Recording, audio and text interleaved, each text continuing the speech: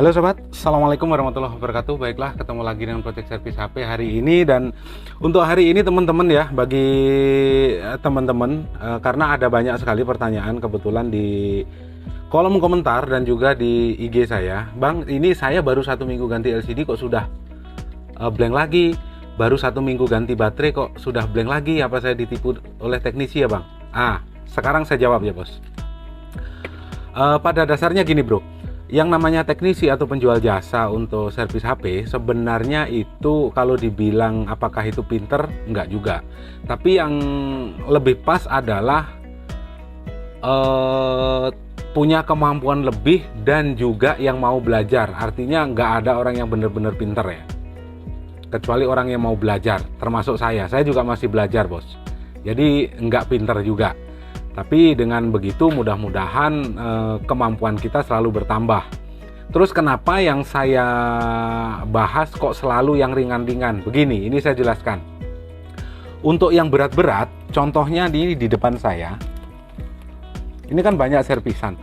Kalau ini saya bongkar semua, setelah itu yang berat-berat, tentunya yang menonton kan hanya 1-2 orang, bahkan hanya ratusan orang. Karena kenapa?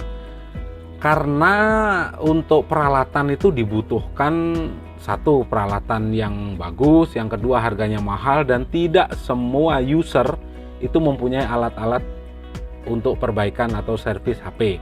Makanya konten saya selalu yang ringan-ringan dan memang saya khususkan untuk pemakai atau user itu sebelum dibawa ke teknisi profesional. Itu adalah maksud saya. Jadi mudah-mudahan tidak ada lagi pertanyaan yang kenapa kok kontennya selalu ringan-ringan. Itu adalah jawaban saya.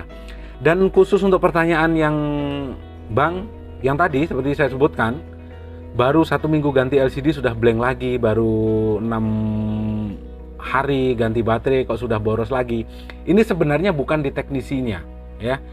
Kalau teknisi itu apa yang dipesan, contohnya mau ganti baterai, itu kan banyak pilihan ya, banyak pilihan. Dan juga bisa disampaikan apakah pihak user itu memilih HP baterai yang kualitasnya bagus, atau yang sedang, atau bahkan yang memang KW banget. Jadi itu adalah pilihan. Jadi duit itu membawa bagus tidaknya spare part yang kita pasang.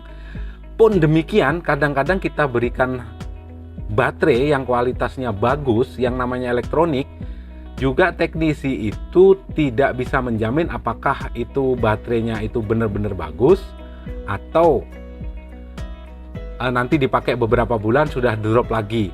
Walaupun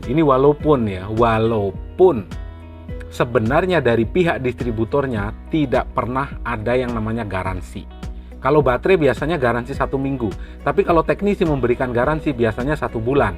Nah, itu teknisi untung-untungan. Jadi kalau misalnya dengan modal 200.000 dijual 350.000, teknisi untung 150.000, tapi menjamin selama 1 bulan itu bateraimu tidak ada masalah. Jadi bukan kesalahan teknisi, tapi memang perlu disadari ya. Perlu disadari bahwa yang namanya spare part, apalagi yang non original, itu tidak ada jaminan. Bahkan yang original pun kadang-kadang hanya diberikan garansi kurang dari 1 bulan ya. Contoh, bahkan HP baru itu baterainya biasanya nggak ada garansi. HP baru resmi itu untuk baterai itu nggak ada garansi, dan teknisi itu mau memberikan garansi selama 1 bulan. Itu sudah beruntung. Jadi sebenarnya kalau komplainnya misalnya, bang ini belum dipakai 1 bulan kok sudah drop lagi ya, dengan pembicaraan yang baik-baik, dengan komplain yang baik-baik, 100% semua teknisi di Indonesia akan merespon dengan baik. Kecuali komplainnya langsung datang marah-marah ya, mungkin melayaninya akan setengah hati, karena yang namanya jasa ya memang seperti itu. Kalau sudah merasa nyaman, ngobrol nyambung, biasanya walaupun teknisi itu harus rugi, tekor bahkan, biasanya akan tetap dilayani. Ya namanya semua pekerjaan kan pasti ada plus minusnya, ada untung dan ruginya. Dan kita juga sadar, saat untung aja kita diem, kita bersyukur, masa sih saat harus rugi sekali-kali rugi kita juga harus mengeluh? Itu bukan teknisi profesional namanya. Jadi pas untung juga alhamdulillah, pas rugi juga Alhamdulillah, jadi selalu bersyukur ya. Karena yang namanya rezeki itu tidak pernah salah alamat. Seperti sandal jepit mungkin bisa tertukar, nggak mungkin ya. Seperti contohnya aja HP di depan saya ini sudah muter-muter kemana-mana, tapi kalau memang sudah rezeki saya, ya rezeki saya, berarti itu jatah rezeki saya. Jadi kadang-kadang ada HP yang saya kerjain itu nggak selesai-selesai dan dibawa ke teknisi lain dengan komunikasi yang baik. Bang, kalau memang belum jadi boleh nggak saya ambil? Oke, silahkan. Kebetulan saya juga ada kerjaan banyak, silahkan kita kembalikan. Dan itu kebetulan dibawa ke tempat teman saya yang saya juga kenal, dan itu hanya butuh waktu 1 hari itu sudah bisa. Kenapa? Itu bukan jatah rezeki saya, jatahnya temen itu. Siapa tahu temen teknisi lain itu lagi butuh waktunya bayar kos atau istrinya melahirkan. Disitulah letaknya kedewasaan seorang teknisi ya. Jadi ini adalah jawaban. Kalau kalian mungkin baru ganti LCD atau ganti baterai, dipakai 1 minggu sudah drop untuk baterai, dan LCD dipakai belum 1 bulan itu kadang-kadang sudah ngeblank lagi, itu sebenarnya di luar kemampuan teknisi. Karena kebetulan kalau memang kualitas dari LCD itu kurang bagus, ya akan seperti itu. Dan ini banyak sekali user yang bertanya di kolom komentar saya, banyak sekali. Baru diganti 1 bulan, ngetik sendiri, baru diganti 1 bulan baterainya sudah blank lagi, tiba-tiba jatuh sedikit sudah pecah lagi. Itu sebenarnya karena memang jujur kualitas dari part itu kebanyakan dari Cina, dan kalian tentunya tahu sendiri barang dari Cina itu seperti apa. Karena sampai saat ini memang barang yang masuk di Indonesia selain dari Cina untuk part HP kan sangat susah sekali dan sangat jarang sekali.